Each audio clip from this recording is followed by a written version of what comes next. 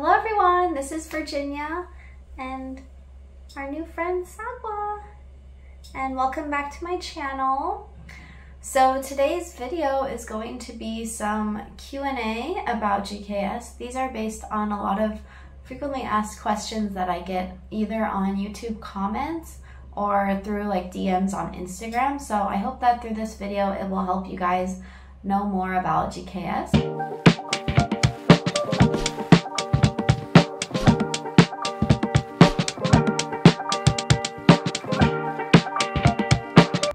Alright, so the first question is, should I apply via embassy track or university track? So this really depends on you and your goals for your studying, but I would recommend that if you want to do university track, you should have like a university in mind that you really want to go to. So for example, if you really want to go to Korea University and you don't care about any of the others, then you could do university track. And if you already have research or study experience in that field, like maybe your bachelor's degree was the same major, then I think embassy track could also be good because you're going to be interviewing with the staff from your department. So it would be good if you already had some knowledge about the field. And then if you are more interested in like Korea in general, like the culture, things like that, then I would recommend the embassy track. If you don't have like specific experience in the field that you're going to study, then I think embassy track could be good because you're competing against applicants from your whole country rather than in the same department. So this one, yeah, they value more about like your Korea experience or like academic achievements in general, but not like a specific department. All right, so question 2, what if I don't know Korean?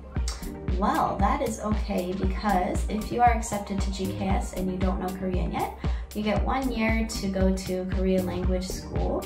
I ended up skipping this because I had a topic 5, but it sounds like the Korean language program is really good because a lot of my friends were able to learn basically the whole Korean language in just 1 year. It's really amazing as long as you put in a lot of effort. So don't worry about that part. The third question is, how can I improve my chances of getting accepted to GKS? So I would say one way that you could improve your chances would be to get experience in something related to Korea or the field you want to study. So let's say that the field you want to study is like media, that's what I studied. So maybe you could like get an internship with some media company or volunteer. Like there's a program called Honorary Reporters where you write for the Korean Ministry of Tourism, and that's what I put on my application. I think it probably helped my chances. Experience with Korea, maybe you could like volunteer if you guys have like any sort of Korean cultural activities in your hometown, something like that. If you have a high topic or English test score, then I think that can also help your chances. But this one is not like as necessary because, as we said before, there's the Korean language year if you don't have Korean experience yet. Also, when you write your study plan, I would say be very, very detailed about everything because real people are reading that. They're really going to read and compare yours to other applicants and see which one did a better job. And I would say in your study plan, you might want to include things about your plan after study and specifically how it will help the Korean government. So how is you studying in Korea beneficial to Korea itself? Because they're giving you a lot of money, so you need to show them that their money is worth it, right? You should also write a very unique personal statement. So in here, maybe you can talk about why you specifically want to come to Korea. And apparently it sounds like they don't like it if you just write, I love K-pop, I love dramas. So don't make it too basic like that, but try to give specific examples for how Korea changed your life specifically and why you want to go there and not a different country to study. The next question is, what should I bring when I go to Korea? All right, so I did make a video about this, which you guys can look up also, but just to briefly wrap up what I said there, I would say you should bring some extra copies of official documents. So get them copied in your home country and notarized and apostilled if possible. This could be things like your birth certificate, transcript, or diploma. It's very important to have that, especially if you want to apply for a visa after graduation. You should also bring enough cash for 1 month, because it's very common that you can't make a bank account for about 1 month.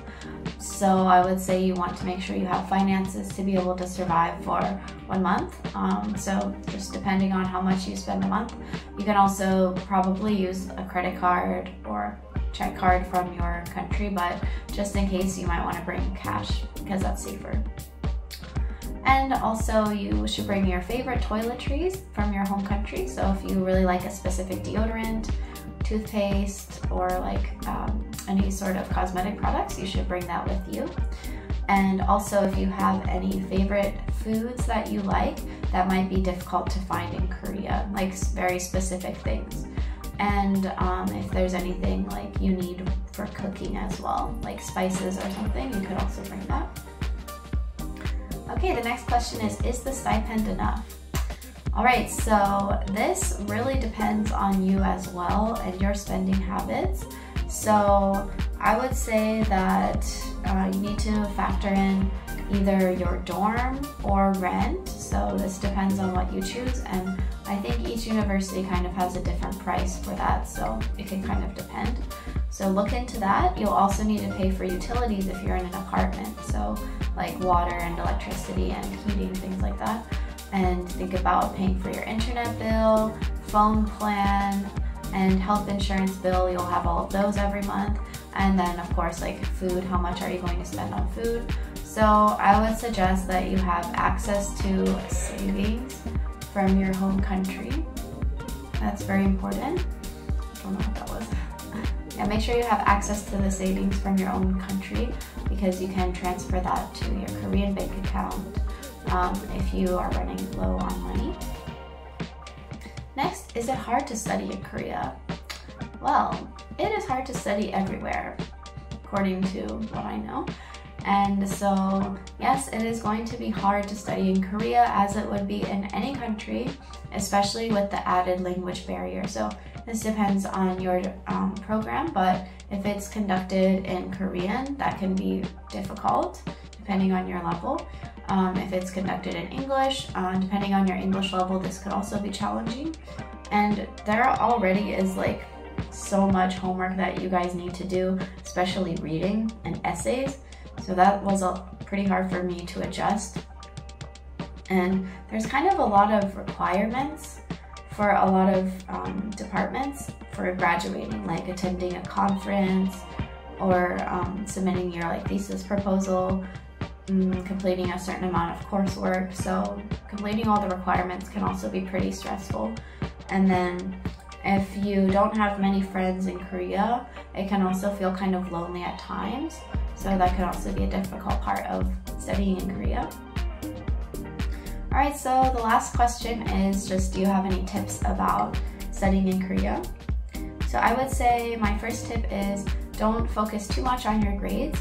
Yes, you need to get a certain GPA to continue to receive the GKS stipend, but at the same time, you don't need to get like straight A+ on everything. So I need to tell myself this as well. But yeah, make sure that you're not too stressed about the grades. Just do like well enough, but don't put all of your worth in your grades. It can be really stressful.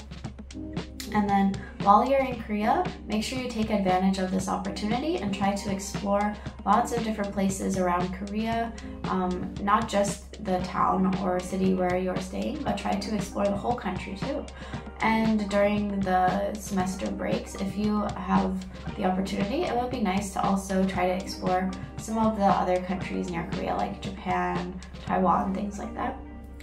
I would say also make connections at school with either the professors, students, both of them. It It can be very useful just so that you feel a sense of community, and especially the professors, they can be useful for later on when you're graduating. They can help you find like a career path that's suitable for you. So I think it's really good to make connections at school. You should also work on your time management skills. So as I said before, there's a lot of reading. Like we're talking hours of reading for each class every week. So make sure that you're setting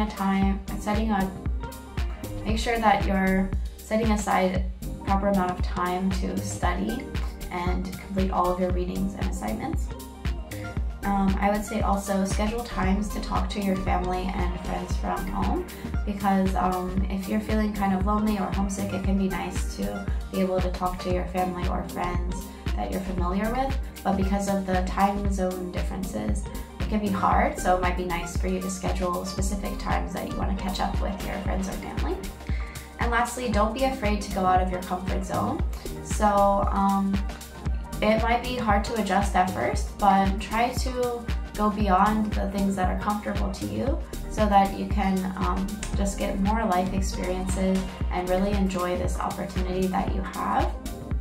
So I hope that these questions and answers were helpful to you guys. And if you want me to make another Q&A video, just leave your questions in the comments. Or if there's anything else you would like me to make a video about, you can also let me know in the comments. So make sure to subscribe, don't forget, and say goodbye to Sagwa, little kitten. Goodbye, Sagwa.